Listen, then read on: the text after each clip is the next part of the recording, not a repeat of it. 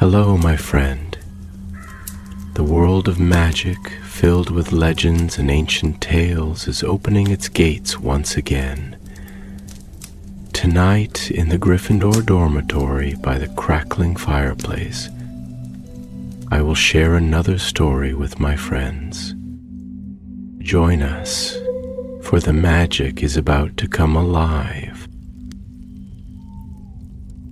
The train to Hogwarts moved like a silent ghost through the rolling hills, its carriages glowing softly under the gray autumn sky. Raindrops traced delicate paths along the window, glistening like liquid silver. And beyond the glass, the world stretched vast and endless, a land of forests and rivers, mist-covered valleys where the wind carried whispers of old magic. Inside one of the compartments, Cedric Diggory sat quietly, his fingers wrapped around the edges of his robe, his heart thrumming with quiet excitement. He had dreamed of this moment for as long as he could remember, standing upon the threshold of a world where wands hummed with unseen power, where portraits spoke and staircases moved of their own accord. His father had told him stories, of course. Amos Diggory was a proud man, a man who spoke of Hogwarts as one might speak of an old friend. "It's not just a school, Cedric," he had said the night before, ruffling his son's hair with a broad, calloused hand. "It's a world all its own. It will test you, surprise you, and shape you in ways you can't yet imagine." Cedric had nodded, his chest swelling with the weight of those words. He wanted to be worthy of them. He wanted to stand in the halls of that great castle and know, in the deepest part of himself, that he belonged. Now, as the train carried him toward that unknown future, he listened to the low murmur of other students, their laughter, their excited chatter about spells and houses, about the Sorting Hat and Quidditch teams. He saw first years like himself pressing their noses to the glass, trying to catch their first glimpse of the castle. And then, at last, there it was, Hogwarts.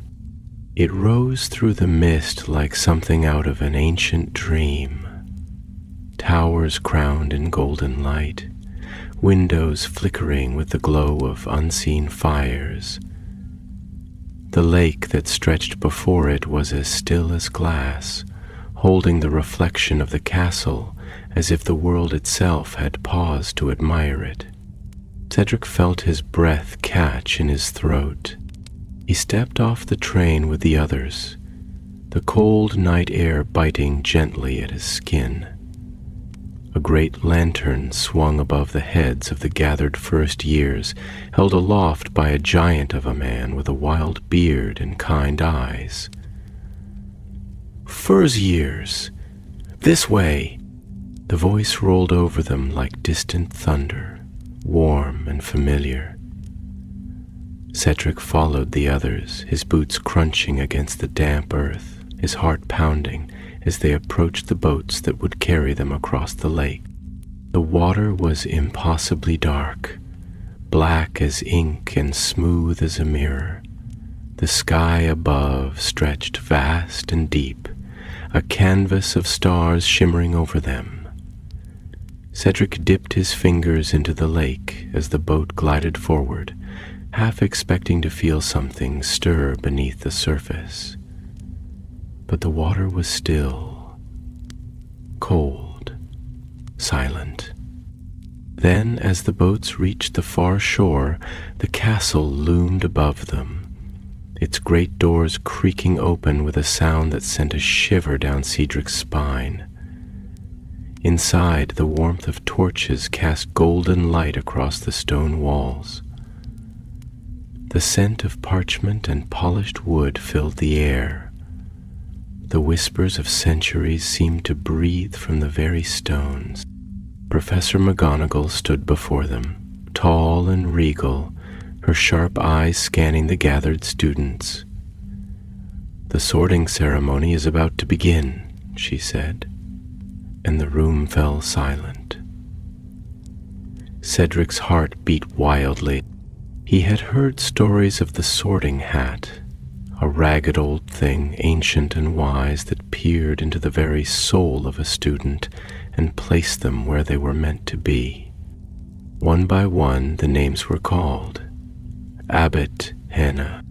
A girl with fair hair stepped forward, hands clasped tightly in front of her. The hat barely touched her head before it called, "Hufflepuff." The table draped in yellow erupted in cheers, their voices rising to the high ceilings. Boot, Terry, Ravenclaw, Brown, Lavender. The names blurred together, the hat's voice weaving through the great hall like a thread of fate, binding the students to their houses, to their new homes. And then Diggory, Cedric. The hall seemed to hush as Cedric stepped forward, swallowing the lump in his throat. The hat was placed upon his head, and at once a voice, ancient, knowing, filled his mind. Aye, a sharp mind, a thoughtful heart, not quick to anger, but strong where it matters. Yes, yes, I see. A quiet kind of bravery. Cedric sat frozen. He did not know how to answer. "You would do well in Gryffindor." A pause. "But no, that is not your path. There is loyalty in you, a steadfastness that runs deep. Yes, Hufflepuff. Yes, that is the place for you." The hat called its verdict. Hufflepuff. The yellow-clad table cheered. Cedric removed the hat and walked toward his housemates, his heartbeat finally settling. A warm hand clapped his shoulder as he sat down, and a boy with bright eyes grinned at him. "Welcome to Hufflepuff," he said. And in that moment, Cedric felt it, that invisible thread weaving him into the great story of Hogwarts, binding him to something older than himself. The feast began, and as the golden plates filled with food, as laughter filled the air and pumpkin juice warmed his throat, Cedric knew one thing for certain. He was home. The great hall seemed to hum with an invisible current, a slow, steady thrum that echoed in the depths of Cedric's chest like the pulse of something ancient and watchful. The enchanted ceiling stretched far above them, a swirling canvas of stars and drifting clouds, so realistic it was almost as though the entire castle was cradled within the open night itself. The torches along the stone walls flickered in steady rhythm, their warm golden glow breathing life into the faces of the students seated at the long tables, illuminating their eyes with the flicker of firelight and dreams yet to be shaped. Cedric sat among his new housemates at the Hufflepuff table, feeling the weight of the Sorting Hat's words still lingering within his thoughts like an imprint pressed upon his soul. A quiet kind of bravery, a steadfast heart, not the kind that rushes into the fire, but the kind that endures. He let the words settle inside him, stretching their roots deep into his being, intertwining with all the questions he had carried with him on the train, all the unspoken hopes that he had tucked away in the corners of his heart. A part of him had wondered, for the briefest moment, what it would have been like to sit beneath the crimson banners of Gryffindor, where the bold and the daring found their home. Another part had imagined the cool, calculated world of Ravenclaw, where intellect and curiosity reigned supreme. Even the enigmatic shadows of Slytherin had whispered to him of ambition, of a different kind of strength, one not bound by the expectations of others. But Hufflepuff had been the quietest of the four, and yet, now that he was seated among them, it felt as though he had stepped into something vast and deep, like a river that did not roar or rage, but flowed steady and strong beneath the surface, its depths unseen but immeasurable. A warm voice broke through his thoughts, tethering him back to the present. "Do you think the hat ever makes mistakes?" Cedric turned to the boy beside him, the one who had welcomed him just moments before, his face lit by the soft glow of the candles that floated effortlessly above the long tables. His name was Evan Whitmore, a second-year Hufflepuff with dark brown hair that fell slightly into his eyes, and a thoughtful expression that suggested he often let his mind wander into deep places, just as Cedric did. Cedric blinked at the question, rolling it over in his mind, feeling the weight of it settle against his ribs. "I don't know," he admitted slowly, his voice quiet but firm, like the way an oak might stand against the wind. "I think maybe the hat doesn't choose based on just what we are, but on what we might become. Maybe it sees something in us that we don't even see in ourselves yet." Evan tilted his head, considering this. "So, you think it's less about what's inside us now, and more about what's waiting to unfold?" Cedric nodded, his fingers tracing idle patterns against the smooth wood of the table. "I think so. Maybe the hat sees not just the present, but the shape of the future, the choices we haven't made yet, the paths we haven't even realized are in front of us. Maybe it knows the parts of us that are still sleeping, waiting for the right moment to wake up." A slow, contemplative smile stretched across Evan's face. "That's an interesting way to think about it," he mused, leaning back slightly, his gaze flickering up to the enchanted ceiling. "Most people just assume they fit neatly into a box. The brave ones go to Gryffindor, the clever ones to Ravenclaw, the ambitious to Slytherin. But maybe it's not that simple. Maybe we're all a little bit of everything, and the hat just decides which part of us needs to grow the most." Cedric liked that thought. The warmth of the feast wrapped around him like a soft embrace, the low hum of conversation, the clinking of goblets, the occasional bursts of laughter that rippled through the great hall like gentle waves breaking upon the shore. The food? Endless plates of roasted meats, golden potatoes crisp to perfection, warm fluffy bread slathered with honeyed butter. Felt like something out of a dream, yet it was not the food itself that made the moment feel so full, so rich. It was the sense of belonging, of being stitched into something greater, something that stretched beyond the walls of the castle and into the very heart of Hogwarts itself. For the first time that evening, Cedric allowed himself to exhale fully, to sink into the reality of it. He was here. He was really, truly here. Evan reached for a goblet of pumpkin juice, swirling the amber liquid absently, before glancing at Cedric once more. "You know," he said, "Hufflepuff isn't just the house of the kind and the hard-working, the ones who are loyal and fair. It's the house of patience." He took a slow sip, the flickering candlelight reflecting in his gaze. People don't talk about that much, but it's true.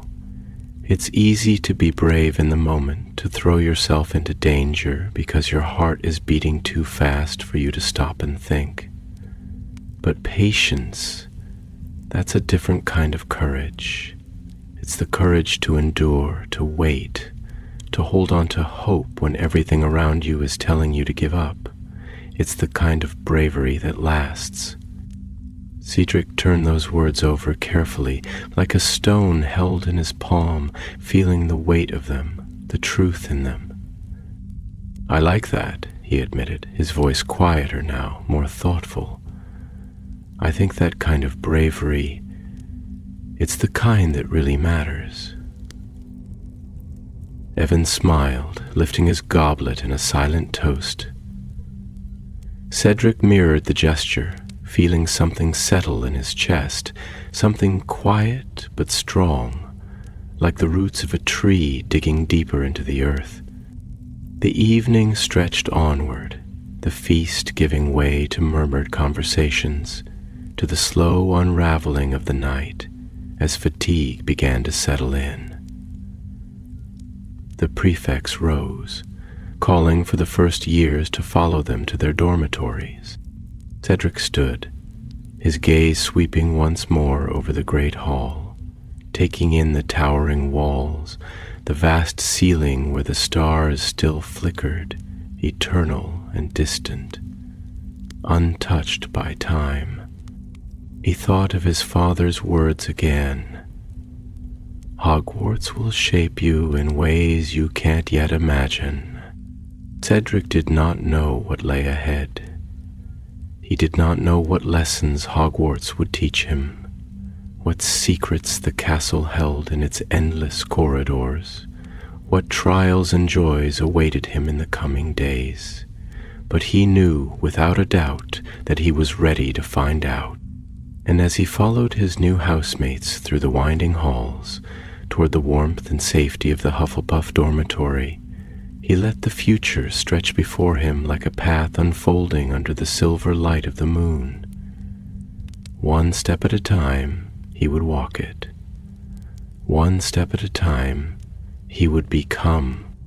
The corridors of Hogwarts stretched endlessly, their towering stone walls whispering with the echoes of centuries past, their arched ceilings forming a ribcage of shadow and light, as though the very castle itself were a living thing, breathing slowly, shifting imperceptibly beneath the weight of its own history. The torches flickered in iron sconces, their golden flames casting elongated shadows that trembled upon the stone, while the warm scent of wax and aged parchment wove itself into the cool, damp air.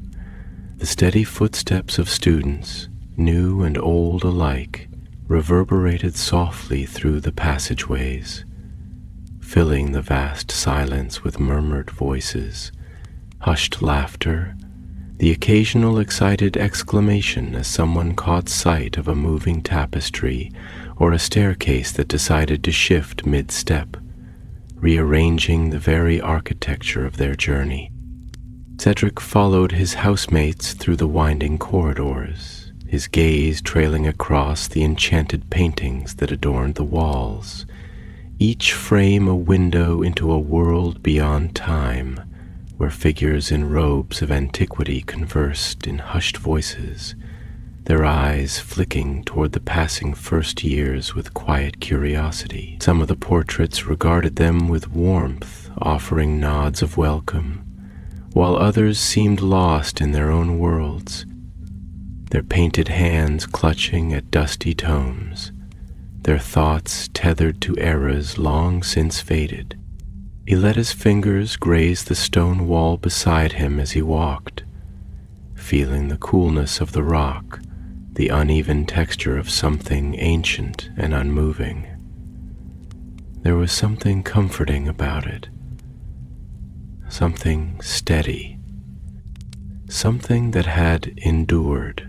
He imagined how many hands had traced these very stones over the centuries, how many footsteps had followed the same path, how many whispered conversations had filled these corridors with secrets that had long since dissolved into the fabric of the castle itself.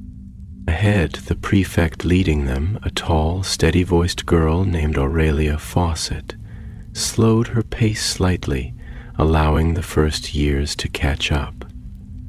Her golden Hufflepuff badge gleamed faintly in the torchlight as she turned to face them, her expression calm yet unreadable, as though she carried within her the weight of things left unspoken. "We're nearly there," she said, her voice low but even, a quiet authority woven into the syllables. "Hufflepuff's dormitories are unlike the others. We don't live in towers or high places. We live close to the ground, near the roots of the castle itself. Some say that's because Hufflepuffs understand something that others forget. Growth doesn't happen in the clouds. It happens in the soil, in the deep places, where things take time to bloom." Her words settled over them like the hush before a rainstorm, sinking into Cedric's thoughts, threading themselves through the fabric of his understanding. Growth doesn't happen in the clouds, it happens in the soil. He rolled the words over in his mind, tasting them like an incantation, an unspoken truth that he had always known but had never put into words. They turned a final corner, and before them stood a large, rounded door set into the stone, framed by thick vines of ivy that curled lazily along the edges, as though they too had made their home in this quiet, hidden place. The door had no handle, no keyhole, only an aged, worn barrel standing beside it, its wood darkened with years of use. Aurelia stepped forward, her hand moving with practiced ease as she tapped the barrel in a deliberate rhythm. A soft, hollow sound filled the air, like rain upon the rooftops, and then, with a slow, groaning shift, the door swung open, revealing a space bathed in golden light. The warmth struck Cedric instantly, wrapping around him like a thick woolen blanket, chasing away the lingering chill of the stone corridors. The common room was unlike anything he had imagined, cozy, round, filled with soft, earthy hues and the scent of fresh bread, of wild flowers and honeyed wood. The ceiling was low and arched, cradling the room like the hollow of a great tree, its beams entwined with vines and hanging plants, their leaves rustling softly in an unseen breeze. The walls were lined with thick wooden bookshelves, their contents varied and well-loved, their spines worn from years of curious hands flipping through their pages. The furniture was plush, inviting, circular armchairs tucked near the roaring fireplace, their cushions plump and worn, as though they had been shaped by generations of weary students, curling up within them, seeking warmth and conversation on cold autumn nights. Golden tapestries adorned the walls, embroidered with scenes of fields and harvests, of gentle rolling hills that stretched into the horizon, of creatures both magical and mundane, living in quiet harmony beneath the endless sky. Aurelia stepped aside, gesturing for them to enter, her smile softened now, less formal. "Welcome home," she said simply. Cedric stepped over the threshold, and in that moment, he felt it, the sense of belonging, the quiet, steady certainty that he was exactly where he was meant to be. The warmth of the room seeped into his skin, into his very bones, and for the first time since arriving at Hogwarts, he felt something settle inside him, something deep and unshakable, like the roots of an old oak pressing into the earth. He moved slowly, taking it all in, his gaze tracing the soft candlelight that flickered in sconces along the walls, the way the flames reflected in the polished wooden floor, casting golden ripples of light that shimmered like the surface of a still pond at dusk. He could hear the gentle hum of conversation as upper-year students greeted the newcomers, their voices low and warm, offering reassurances, words of encouragement, jokes shared in passing.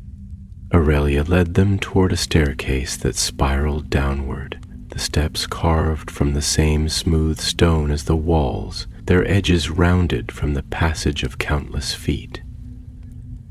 "Your dormitories are just below," she explained. "Boys on the right, girls on the left. You'll find your names on your beds. If you need anything, don't hesitate to ask. We take care of our own here." The first years exchanged quiet glances before beginning their descent, the air growing cooler as they moved deeper into the heart of the castle.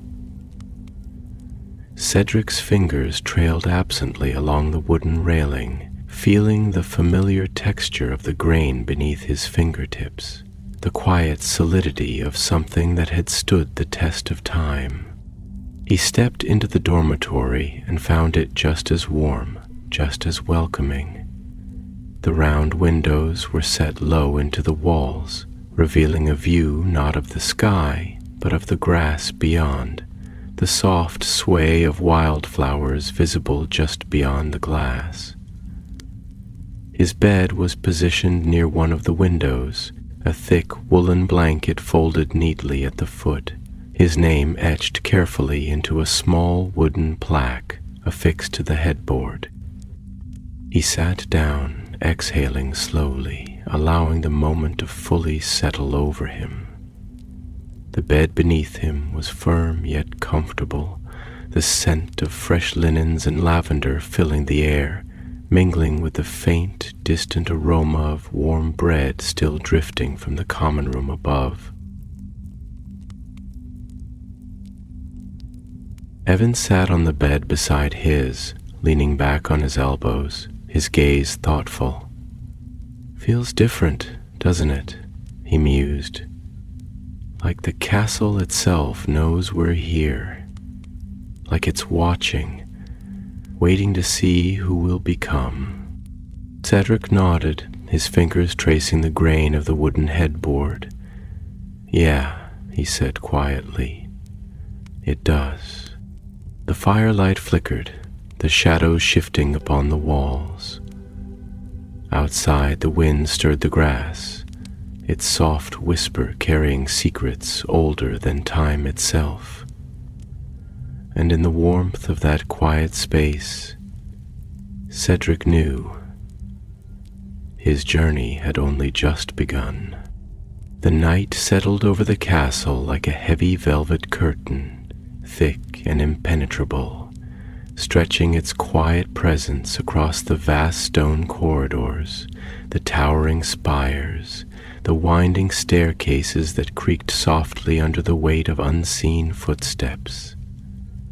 Outside the round windows of the Hufflepuff dormitories, the earth lay blanketed in darkness.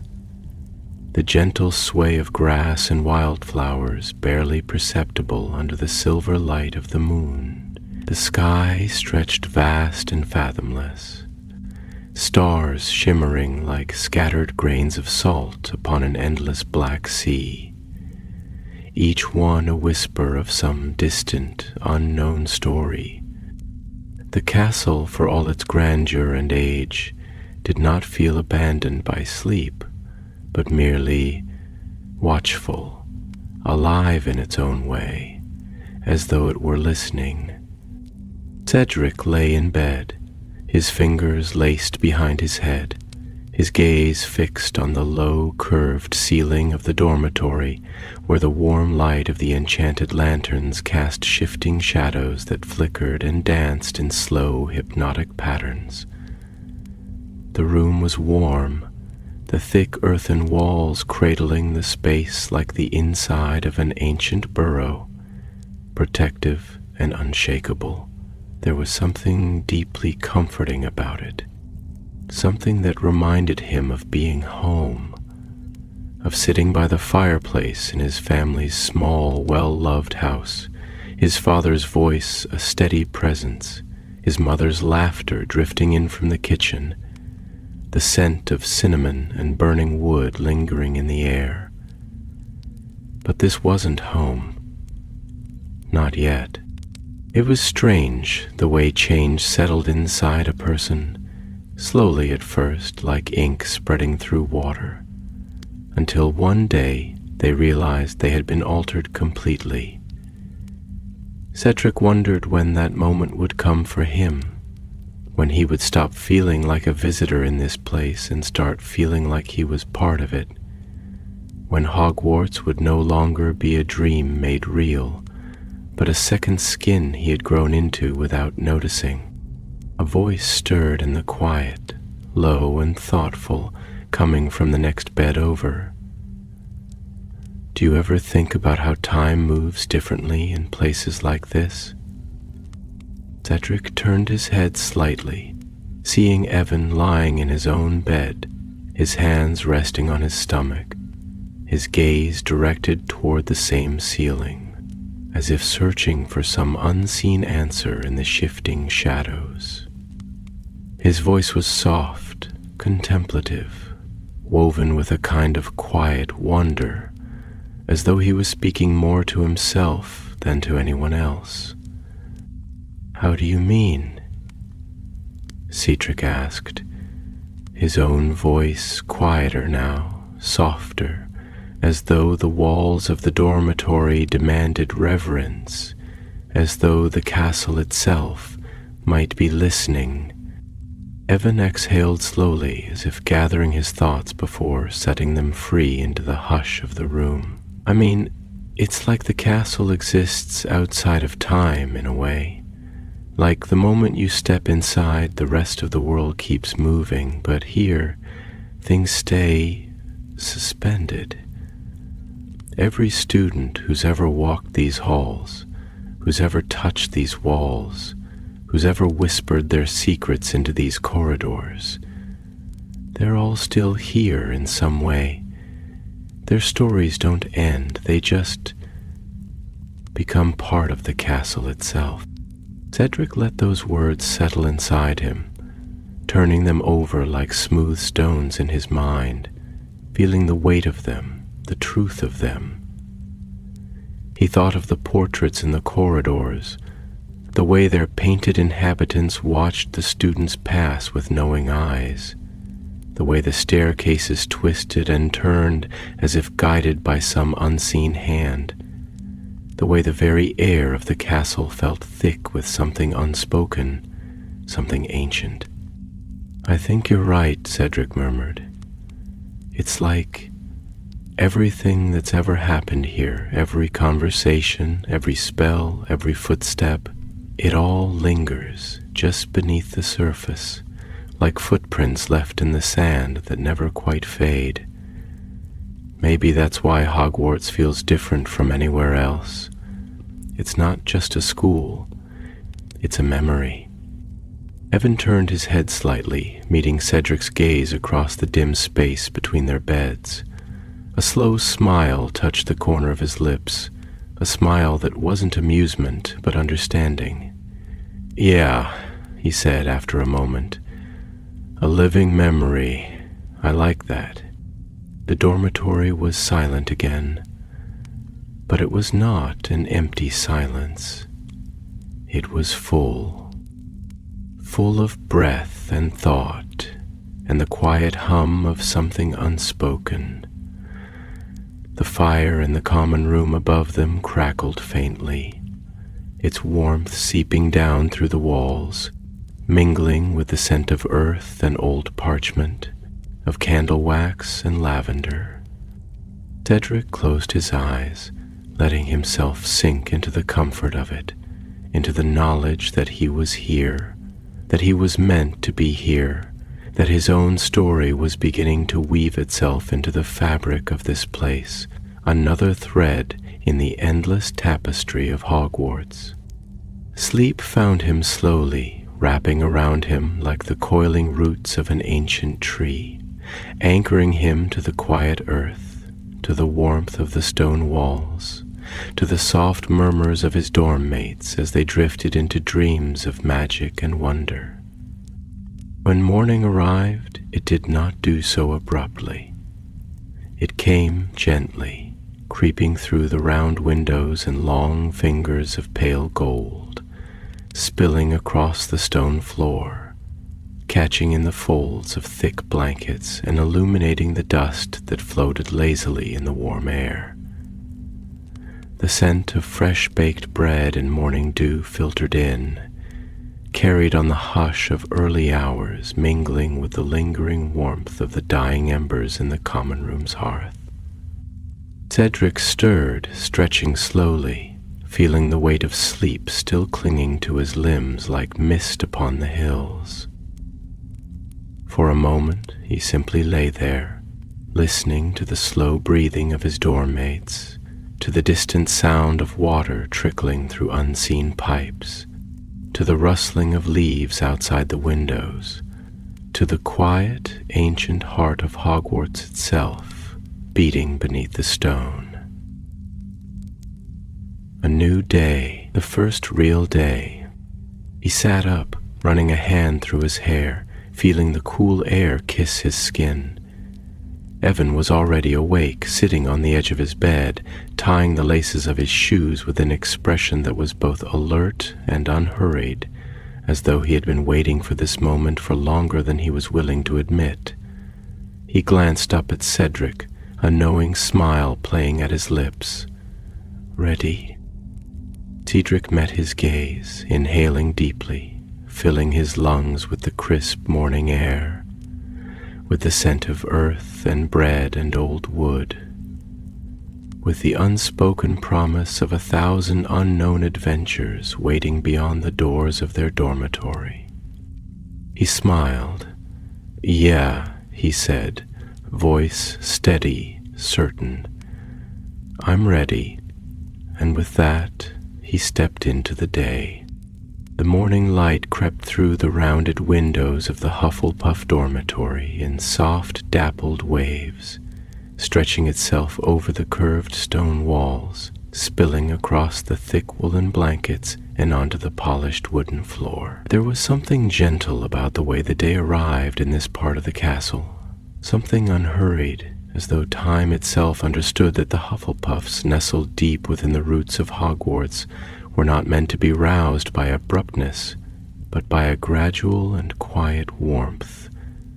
The glow of the torches, still flickering faintly from the night before, dimmed as the sun rose, their enchanted flames shrinking slightly, yielding to the golden touch of daylight. The scent of earth, fresh parchment, and lingering embers curled through the air like an old lullaby, still humming its final notes.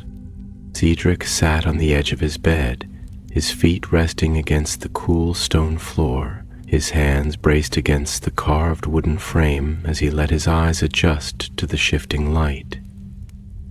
There was something about mornings in a new place that felt different, not quite foreign, but not yet familiar.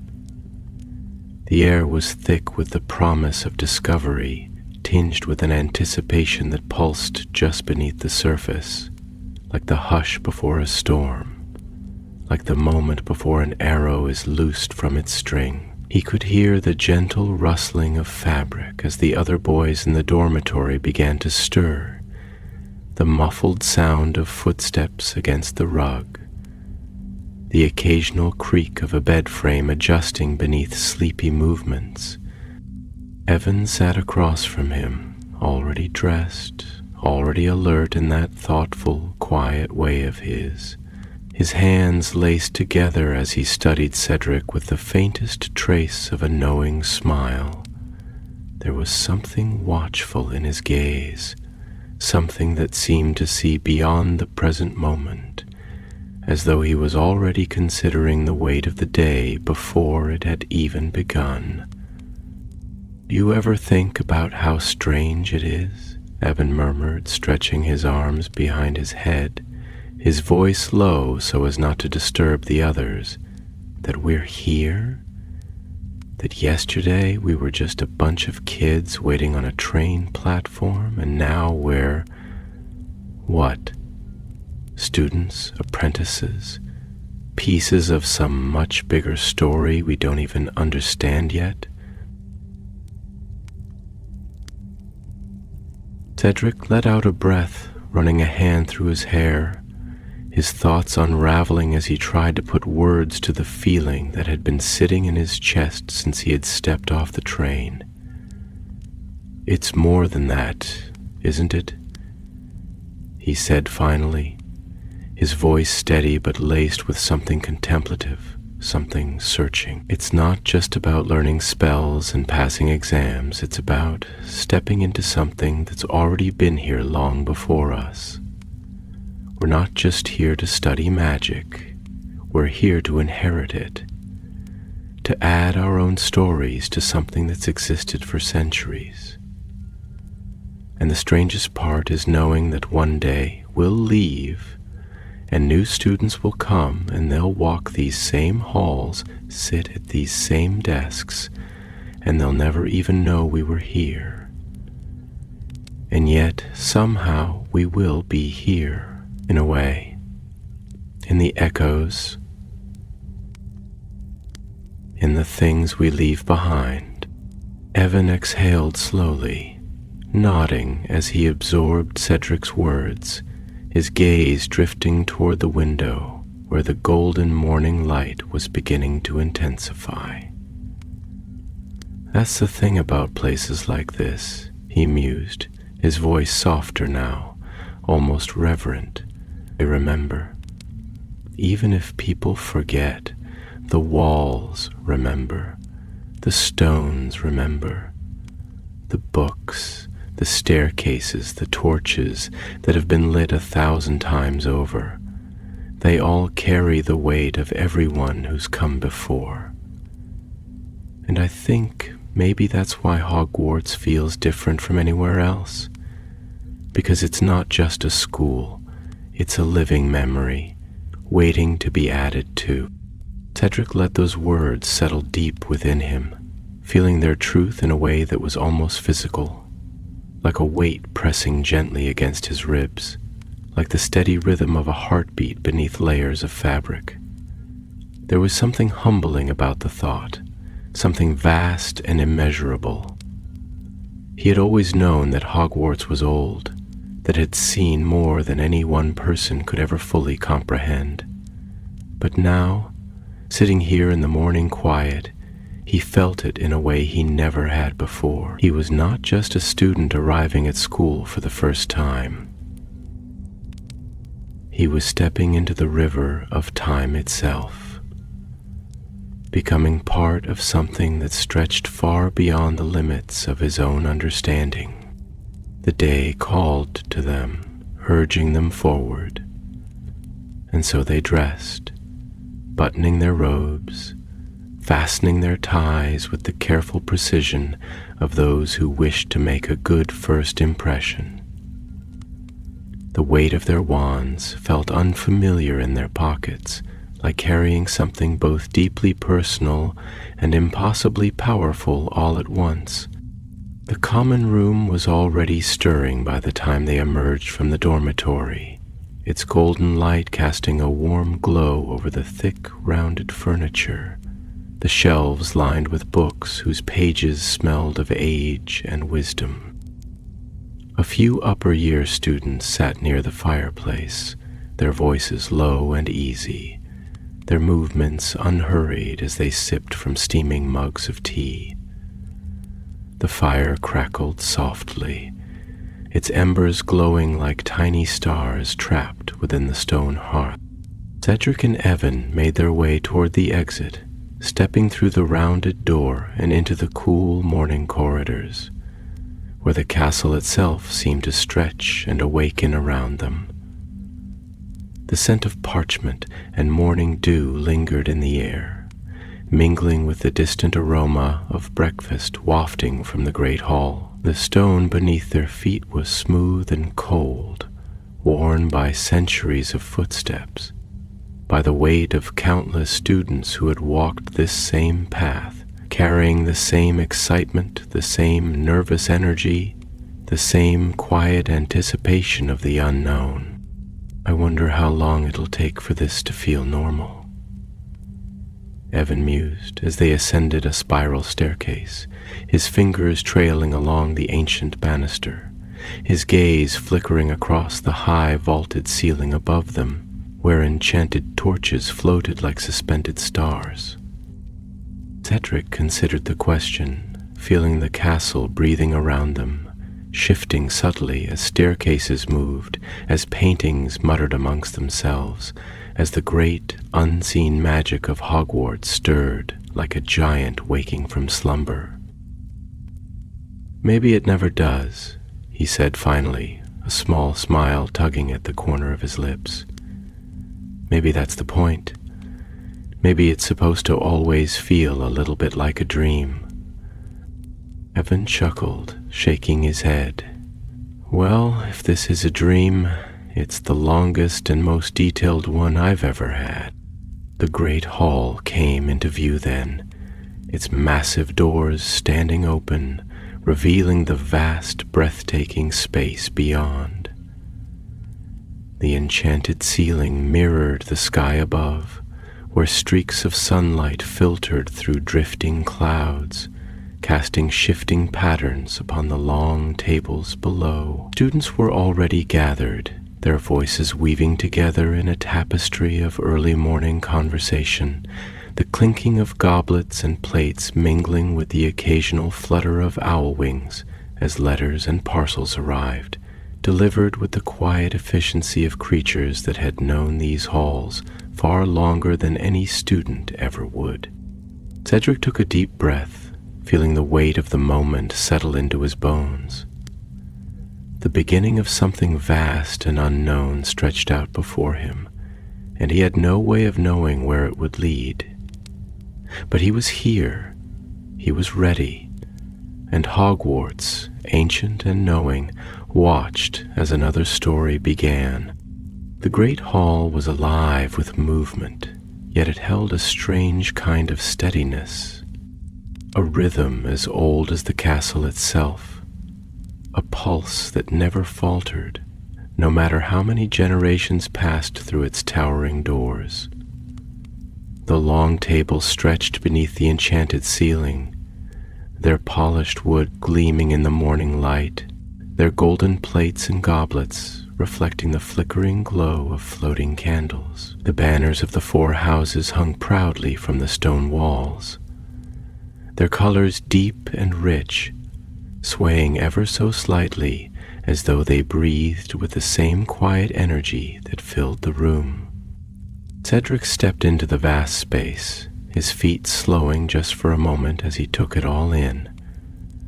Not just the physical grandeur of it, but the weight of its history, the invisible layers of time that seemed woven into the very air, as though if one listened closely enough, they might hear the whispers of those who had walked these floors centuries ago. It was strange, he thought, how a place could feel both impossibly vast and intimately familiar at the same time. How it could stretch endlessly above him, the enchanted sky shifting with the soft morning light, and yet feel as though it was cradling him within its walls, inviting him to take his place among its many stories. He moved toward the Hufflepuff table, the warmth of the wooden benches and the golden glow of the sunlight filtering through the high windows, giving the space an atmosphere that was both lively and gentle, as though the house itself understood that strength did not always need to be loud, that belonging did not always need to be sought. It could be something quiet, something steady, something simply felt. Evan slid into the seat beside him, reaching for a goblet of pumpkin juice, his movements unhurried, his gaze thoughtful as he watched the rest of the hall. "Do you ever wonder how many conversations have happened right here at these very tables?" he mused, turning the goblet slowly in his hands, watching the light catch in the liquid, reflecting faint golden ripples onto the polished wood. How many friendships have started over breakfast? How many secrets have been whispered between bites of toast? How many moments have been shared that no one outside these walls will ever know about? It's strange, isn't it, that there are places in the world where time doesn't really erase things, it just folds them into itself, keeps them safe, makes them part of something bigger. Cedric glanced around the hall, watching the way the students moved, the way their voices wove together in a steady hum, a low and constant music that filled the space like a heartbeat. "It's almost overwhelming," he admitted, resting his forearms against the table, his fingers absently tracing the grain of the wood, "to think that we're stepping into something that's already existed for so long that our lives are just threads in this massive tapestry that's been woven for centuries before we even got here. And yet somehow it doesn't feel like we're outside of it. It doesn't feel like we're just passing through. It feels like, in some way, the castle has been waiting for us." Evan nodded slowly, his gaze drifting upward, following the movement of the enchanted ceiling as clouds shifted gently across the sky. "Maybe that's what real magic is," he said after a moment, his voice quiet but certain. "Not just the spells, not just the things we learn in class, but the way places like this can hold on to people, the way they can take all the moments that might otherwise be lost and make sure they're never really gone. Maybe that's what Hogwarts does. It remembered." There was something about those words that settled deep within Cedric, something that made him feel as though he was seeing the castle through new eyes, not just as a place of learning, not just as an ancient institution filled with books and classrooms and corridors, but as a living thing, something vast and knowing, something that had seen more than any one person could ever comprehend. And yet, despite all of that history, despite the countless students who had come before him, it did not make him feel small. It made him feel part of something. It made him feel welcome. Their conversation was interrupted by the arrival of the morning schedule, crisp parchment appearing before them with an elegant sweep, the ink glistening faintly in the light. Cedric ran his fingers over the smooth surface, his eyes scanning the list of classes: charms, transfiguration, herbology. He could feel the excitement thrumming just beneath his skin, the quiet anticipation of stepping into a world he had only ever dreamed about. Evan grinned as he glanced at Cedric's schedule, nudging him playfully. "Looks like we'll be in most of the same classes. Guess you're stuck with me for the foreseeable future." Cedric smirked, shaking his head. "Could be worse," he admitted, folding the parchment neatly and tucking it into his robe pocket. The hall began to empty slowly as students gathered their bags, the morning's energy shifting as the weight of the day settled upon them. Cedric rose from his seat, adjusting the strap of his satchel as he followed the flow of movement toward the exit. The corridors stretched before them, lined with ancient stone and the glow of torches, the very air humming with the quiet anticipation of the day ahead. As they walked, Cedric felt a strange kind of certainty settle within him.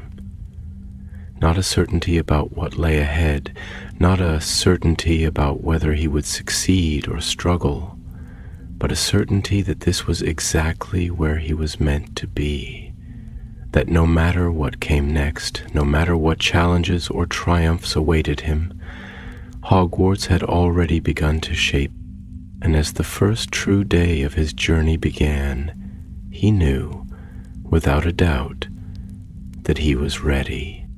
The corridors of Hogwarts stretched endlessly before them, a labyrinth of towering stone and flickering torchlight, where shadows moved like whispered secrets against the ancient walls, and the very air hummed with the quiet, unspoken magic that had settled into the bones of the castle over centuries. The morning had already begun to breathe life into the great halls and passageways, filling them with the soft murmur of students making their way to their first lessons, their voices carrying a mixture of excitement and nervous anticipation.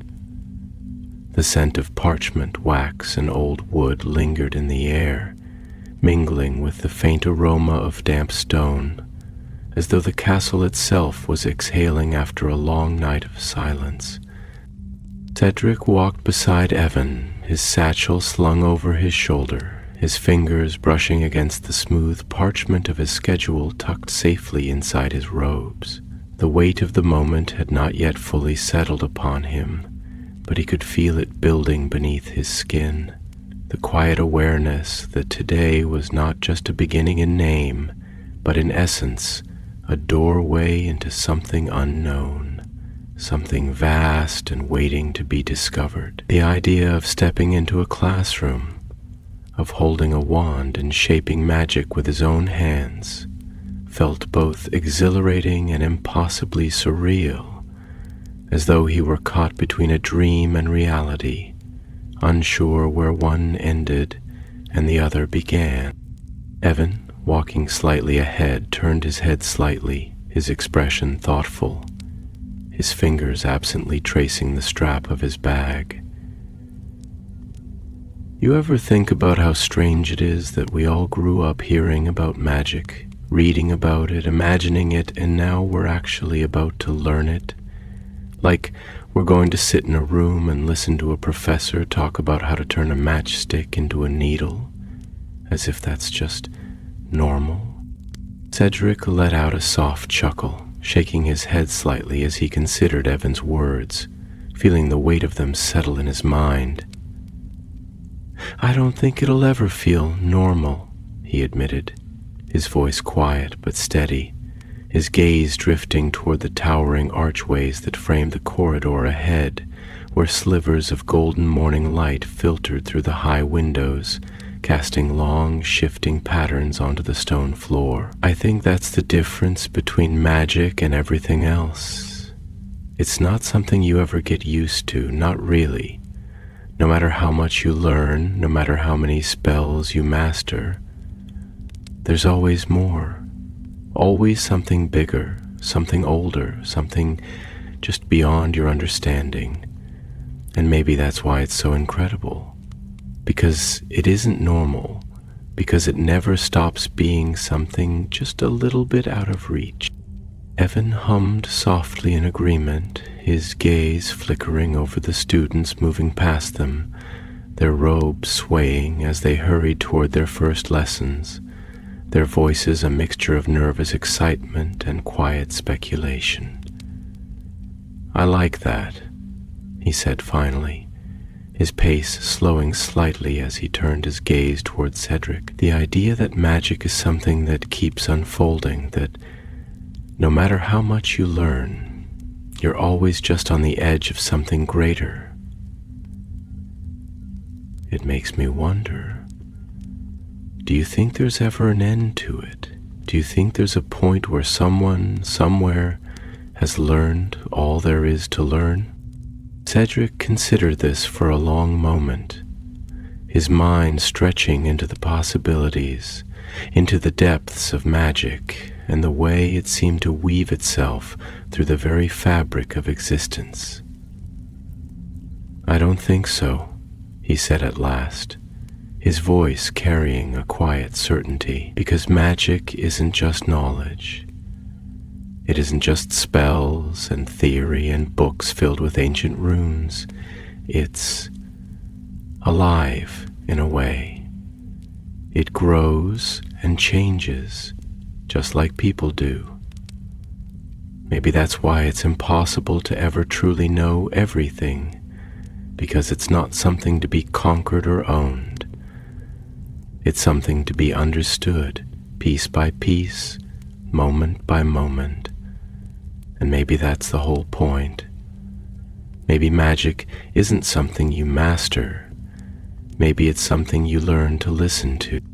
Evan let out a slow breath, nodding slightly as he absorbed Cedric's words, a thoughtful silence stretching between them as they continued their walk through the winding corridors.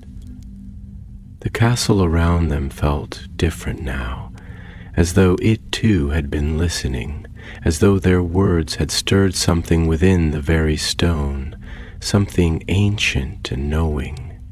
Something that had been waiting for centuries for students like them to ask the right question. The staircases loomed ahead, their wide, sweeping steps gleaming faintly in the morning light, their edges worn smooth from centuries of footsteps, from the passage of time itself. Cedric felt the weight of history beneath his feet as they ascended, the quiet rhythm of their movements blending with the distant echoes of laughter, of hurried footsteps, of portraits murmuring to one another as they observed the passing students with their painted, watchful eyes. They reached the first landing just as the staircases groaned into motion, shifting and rearranging themselves with a slow, deliberate ease, their stone surfaces sliding into new formations as though the castle itself was breathing, adjusting, watching. Evan glanced over the railing, watching as the steps moved beneath them, his brow furrowing slightly in thought. It's strange, isn't it? The way the castle moves, the way it seems to know where we're going before we even do. Cedric followed his gaze, watching the staircases settle into their new positions, their ancient stone humming with unseen magic. Maybe that's what makes Hogwarts different from other places, he said, his voice thoughtful, his fingers brushing absently against the smooth railing. It's not just a building. It's not just a school. It's something more than that. Something aware. It doesn't just house magic. It is magic. And maybe that's why it changes, why it shifts and moves, why it always seems one step ahead. Because it isn't just walls and corridors and staircases. It's alive in its own way. And maybe, just maybe, it's been waiting for us just as much as we've been waiting for it. Evan let out a slow, contemplative hum, his gaze flickering between Cedric and the castle around them, his expression thoughtful. I think you're right, he said quietly, his voice carrying the weight of something deeper, something unspoken. I think this place remembers everyone who's ever walked its halls, and I think maybe it's been waiting for us to leave our mark on it too. The thought settled between them like a whisper, like a quiet promise, stretching through the morning light as they stepped off the staircase, the castle shifting behind them, watching, waiting.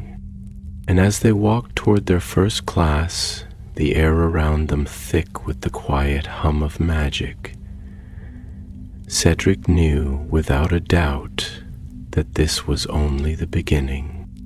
The corridors of Hogwarts stretched before them, vast and winding, each turn a passage into something ancient, something unknowable, something that seemed to breathe with a consciousness all its own. The stones beneath their feet had been worn smooth by the passage of countless students, their footsteps echoing softly in the high-ceilinged halls, blending into the rhythmic flicker of torchlight that danced upon the walls. It was a place that carried the weight of time, not as a burden, but as a quiet, steady presence, an unspoken acknowledgement that every moment lived within these walls was merely another stitch in a tapestry that would never truly be completed.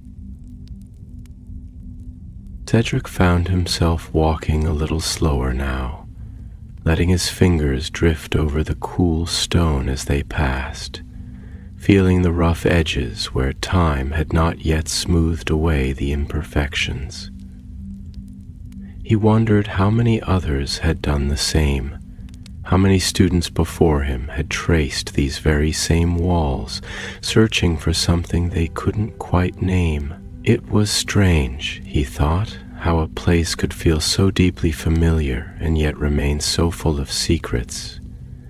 How, even as it welcomed you, it reminded you that you would never truly know all of it.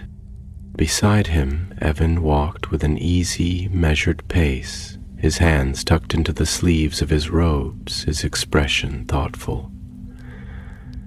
The light from the high-arched windows spilled over him in shifting waves, casting long, golden shadows across the floor, illuminating the faint creases of curiosity that lined his brow. "You know," he murmured, his voice low, as though speaking too loudly might disrupt the delicate balance of magic that filled the air. "I keep thinking about what we talked about earlier, about the castle being alive, about it remembering the people who come through it. And I keep wondering, does it change because of us?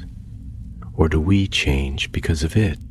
Cedric turned his gaze toward him, considering the question, feeling the weight of it settle in his mind like a pebble dropped into a still pond. It was the kind of thought that unraveled slowly, stretching into deeper places, into questions that had no easy answers. "Maybe both," he said finally, his voice quiet, contemplative. "Maybe that's the way magic works. Not as something separate from us, not as something we control, but as something we interact with, something that shifts and responds to who we are, to what we bring into it. Maybe Hogwarts is more than just a school. Maybe it's a mirror." Evan let out a slow breath, nodding slightly, his fingers curling against the fabric of his robe as he turned his gaze upward, watching the enchanted torches flicker against the stone. "A mirror," he repeated, as though tasting the word, rolling it over in his mind. That's an interesting way to think about it. A place that doesn't just hold knowledge, but reflects it back at us, shows us who we are, who we could become. That would explain why some people find exactly what they need here, and why others get lost in it. Cedric frowned slightly at that, something about the words stirring a quiet unease in his chest, like the distant tremor of thunder before a storm. "Do you think that's possible?" he asked, his voice softer now, almost hesitant. "That someone could lose themselves in a place like this, in magic?"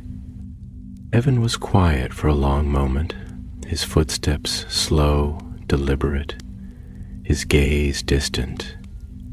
When he finally spoke, there was something measured in his tone, something careful, as though he were balancing on the edge of a thought too big to fully grasp. "I think magic is like anything else that carries power," he said. "It doesn't have a will of its own, it just is. It's neither good nor bad, neither safe nor dangerous. It just reflects what's already inside of us. If you come to a place like this looking for knowledge, you'll find it. If you come looking for power, you'll find that too. But if you come here without knowing who you are, without knowing what it is you really want, I think it's easy to get lost in the possibilities, to forget that magic doesn't give you answers, it just amplifies the questions you already carry. Cedric exhaled slowly, feeling the weight of those words press against something deep within him, something unspoken but familiar, like a shadow lingering at the edges of his thoughts. He had always thought of magic as something external, something to be learned, to be mastered. But what if it was more than that? What if magic wasn't just about incantations and wand movements and the careful study of spell work? What if it was also about intention? About what you brought to it, about what you allowed it to reveal? The thought sent a shiver down his spine, not from fear, but from something deeper, an understanding that was just beginning to take shape, like the first light of dawn stretching its fingers over the horizon. They turned a corner then, and the classroom came into view, a towering wooden door, its surface carved with intricate runes that shimmered faintly under the glow of the torches. The air here felt different, charged with something unseen, something waiting. Cedric could feel it thrumming just beneath his skin, like the anticipation before a story begins, like the moment before a spell is cast. Evan paused beside him, his hand resting lightly against the doorframe, his expression unreadable. "Are you ready?" he asked, but there was something in his voice that made it clear he wasn't just asking about the lesson. Cedric met his gaze, inhaling deeply, feeling the steady rhythm of his own heartbeat, the quiet hum of the castle around them, the weight of all the moments that had led him here. And then, with a small, knowing smile, he nodded. "Yeah," he said, his voice steady, certain. "I think I am." And with that, they stepped into the unknown. The classroom they stepped into was unlike anything Cedric had expected. Not the rigid rows of desks and austere, dust-covered bookshelves he had imagined, but something far older, something that hummed with an invisible energy, a presence that settled into the very air like an unspoken invitation. The walls, curved like the inside of an ancient chamber, were lined with towering bookshelves that stretched toward the vaulted ceiling, their contents bound in leathers that glowed faintly under the candlelight, their spines etched with runes and symbols that seemed to shift subtly, as though they were alive, as though they were waiting to be read.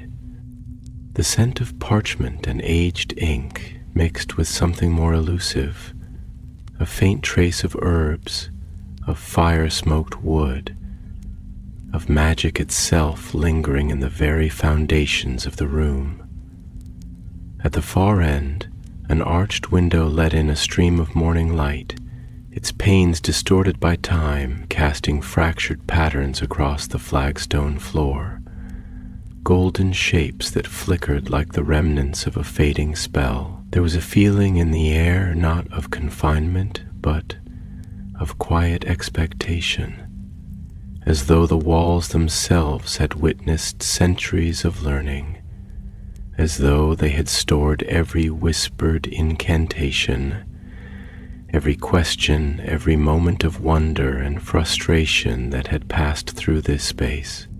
Cedric moved carefully, as though stepping into something sacred, his fingers tightening slightly around the strap of his satchel as he took in every detail.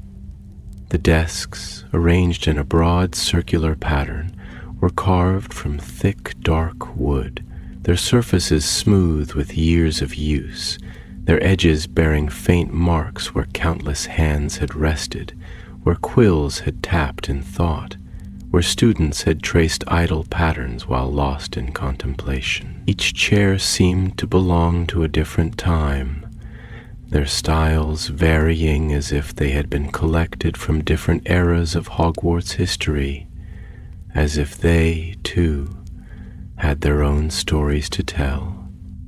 At the front of the room, standing behind an expansive wooden desk, was their professor. A tall, thin wizard with deep-set eyes that carried the weight of knowledge, his robes a deep shade of emerald, edged with intricate embroidery that glowed faintly in the dim light.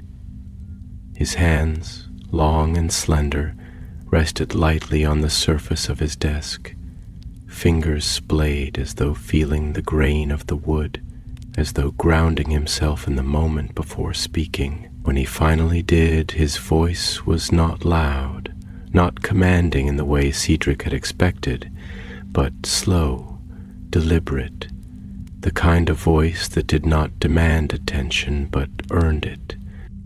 "Magic," he began, his gaze sweeping across the room, settling upon each student as though weighing their potential, as though seeing not just who they were but who they might become, is not a force that exists outside of us. It is not something separate, not something to be bent to our will like a tool or an object we might wield without thought. It is a thread woven into the very fabric of existence, something as natural as the wind that moves through the trees, as constant as the tides that shape the shores.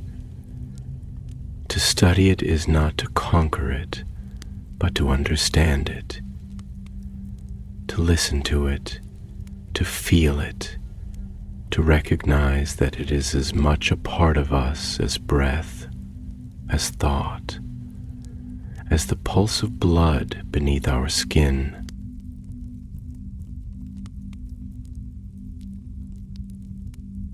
His words settled over the room like a heavy mist, seeping into the spaces between students, into the gaps where wonder and uncertainty coiled together, into the places where expectation met the unknown. Cedric felt something shift inside him at those words, something he couldn't quite name, something that had been waiting just beneath the surface for the right moment to be acknowledged. He had thought perhaps that magic was something to be learned, something that could be memorized and mastered through repetition, through precision, through practice. But this was something deeper. Evan, seated beside him, leaned forward slightly, his fingers laced together, his brow furrowed in thought.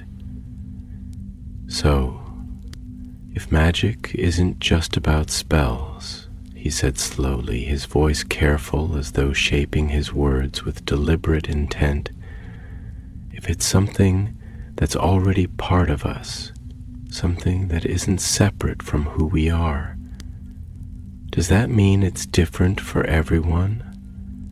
Does that mean the way we experience it, the way we connect with it, is shaped by something deeper than just what we're taught?"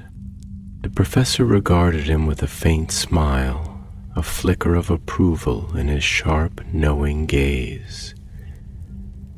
"An insightful question," he murmured, inclining his head slightly. "Yes, magic is not rigid. It is not a fixed, unchanging force. It moves differently through every witch, every wizard. It responds to intention, to emotion, to the unspoken truths that exist within us, even those we may not yet fully understand. Some will find it in the sharp clarity of logic, in the careful study of runes and incantations, in the precise execution of spells that have been passed down through generations. Others will feel it in their bone, in the pulse of the earth beneath their feet, in the way their magic answers rather than obeys." Cedric felt a strange kind of recognition at those words, a quiet stirring in his chest, a sense that he was hearing something he had always known, but had never put into words. He thought of the way he had felt upon first stepping into the great hall, the way the castle had felt like it had been waiting for him, the way the magic in the air did not simply exist but moved, like a current flowing through the very walls, through the stone, through him. It was not just something outside of him. It was something he had always carried, something that had been part of him long before he had ever set foot in this place. He glanced at Evan, who was watching the professor with the same quiet intensity, his fingers tracing absently along the edge of his desk, his mind clearly still working through the implications of what had just been said. There was something reassuring in that, in knowing that he wasn't the only one who felt the weight of these words, in knowing that they were all standing on the edge of something vast and unknown, something that could not simply be taught, but had to be felt, had to be discovered. The lesson continued, moving from philosophy to practice, from words to action, but the feeling remained, that quiet hum of something greater, something that could not be fully grasped but only glimpsed, like the reflection of a distant star in a still pool of water. And as Cedric raised his wand for the first time, as he felt the warmth of the wood in his palm, the weight of it balanced perfectly in his grip, he understood, in a way he hadn't before, that this was only the beginning. Not just of his education, not just of his time at Hogwarts, but of something far deeper, something that had been waiting for him all along.